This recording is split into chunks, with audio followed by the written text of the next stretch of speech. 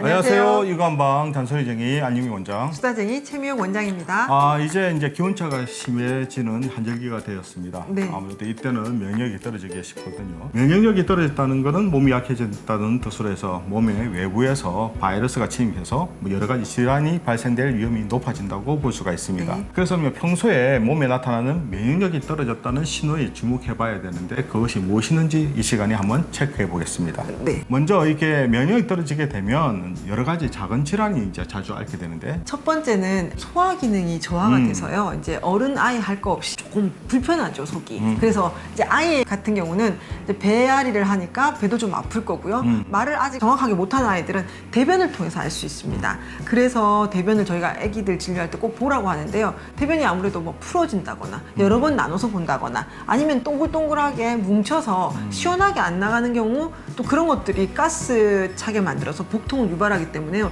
이런 것들이 계속되면 아무래도 면역력 저하를 의심할 수가 있습니다. 아무래도 이때 위장관 중에 세균이나 바이러스가 침입해서 이제 장염 같은 것도 자꾸 생기거든요. 네. 뭐 한 번 정도는 생길 수 있습니다. 그런데 아이들이 이제 감기가 걸렸다든지 몸이 약해질 때마다 자꾸 장염이 걸려서 한동안 그게 힘들다 그러면 네. 그냥 지나치지 마시고 요즘 아이가 컨디션이 좀 문제가 있다. 그래서 면역력을 조금 더 신경해 줄 필요가 있으십니다.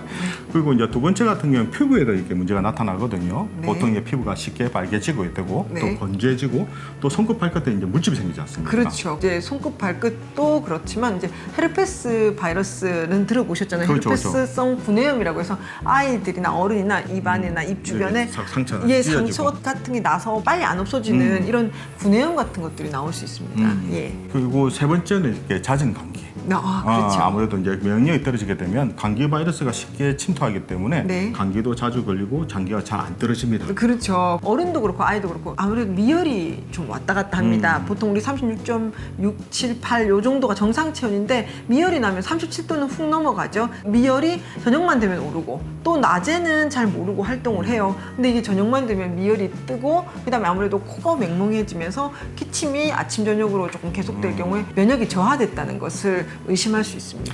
그리고 저희가 이제 감기 같은 거 치료할 때 예전부터 감기는 약을 먹어도 3, 4일, 네. 안 먹어도 3, 4일 이렇게 네. 얘기하거든요. 그러니까 그 얘기는 뭐냐면 감기약은 따로 없습니다. 결국 이제 시간이 지나면 점점 빨리 나아야 되는데 그게 빨리 안 낫고 한 일주일 이상 지속이 된다. 그리고 계속 반복이 된다 그러면 감기의 중심이 아니라 아이의 면역력에 문제가 있는지 좀 체크를 해봐야 됩니다. 그렇죠. 이제 감기 증상이 계속될 경우에 4일 이상 그때는 그냥 감기가 아니라 이거는 면역력도 같이 저하가 됐다는 신호이기 때문에 반드시 조금 보호하거나 치료를 요하는 그리고 면역력을 증강시켜야 합니다.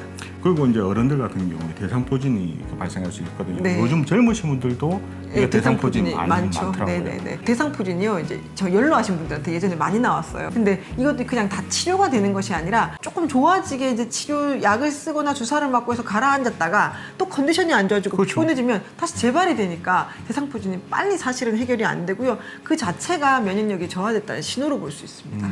그래서 이제 한절기 면역력 저하를 예방하려면 이게 몇 가지 좀 신경을 써야 되는데 첫 번째로 말씀을 드린다 그러면 네, 체온 관리에 신경을 쓰셔야 되는데요. 우리 환절기에 아침 저녁이 좀 서늘해졌잖아요. 그러다 보니까 몸에 급격하게 체온이 변화가 되면서 그것들이 면역력을 떨어뜨리는 그런 기능을 하기 때문에 이때는 체온을 조금 올려주는 따뜻한 옷을 입거나 따뜻한 음식을 먹거나 그렇게 해야 되고요. 이제 아이들 같은 경우는 제가 권할 때는 얇은 옷을 여러 겹 입혀서 애가 너무 더워하면 하나를 벗기고 약간 또 서늘해지는 아침 저녁일 경우에는 그 옷을 하나 더 입혀서 체온을 조절하라고 제가 권해줍니다.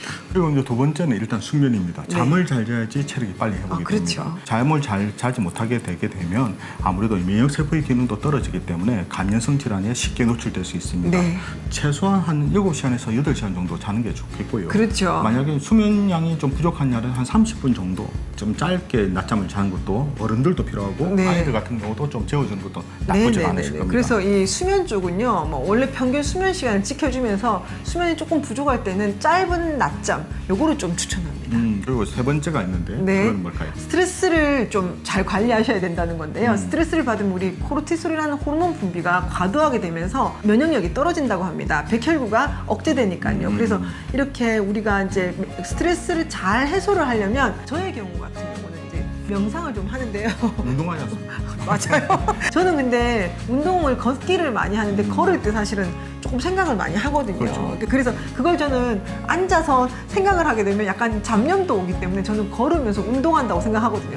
그러면서 명상을 해서 머리를 식히고 그 스트레스를 약간 제 스스로 약간 다운시키는, 억제시키는 것이 있기 때문에 저는 운동, 명상, 그 다음에 이제 또 뭐 다른 분들은 호흡을 많이 한다고 하더라고요. 그래서 심호흡 이런 것들을 저는 권합니다. 네. 그렇죠. 스트레스를 풀 수 있는 자기만의 그런 네, 방법을 찾아야죠. 찾으시는 게 좋겠습니다. 네. 그 밖에도 뭐 권해드릴 수 있는 거는 이왕이면 영양가가 풍부하고 거기다 한 가지 더 한다면 소화가 잘 되는 음식을 규칙적으로 먹는 거. 영양이란 건 그 영양의 균형이 잡히면서 맞습니다. 소화가 잘 되는 것들이지 고열량을 말씀드리는 게 아니기 때문에 그거를 잘 챙겨서 속이 편한 음식을 조금씩 자주 이렇게 먹게 하는 것들이 환절기 면역력을 높이는 데 도움이 됩니다. 자, 이처럼 궁금한 육아 정보는 언제든지 댓글 달아주시면 준비해 보도록 하겠습니다. 우리 아이들을 위한 잔소리쟁이 안영미 원장. 수다쟁이 최미호 원장이었습니다. 좋아요와 구독하기도 잊지 마시고요. 다음 영상에도 만나 뵙겠습니다. 육아는 한방. 한방.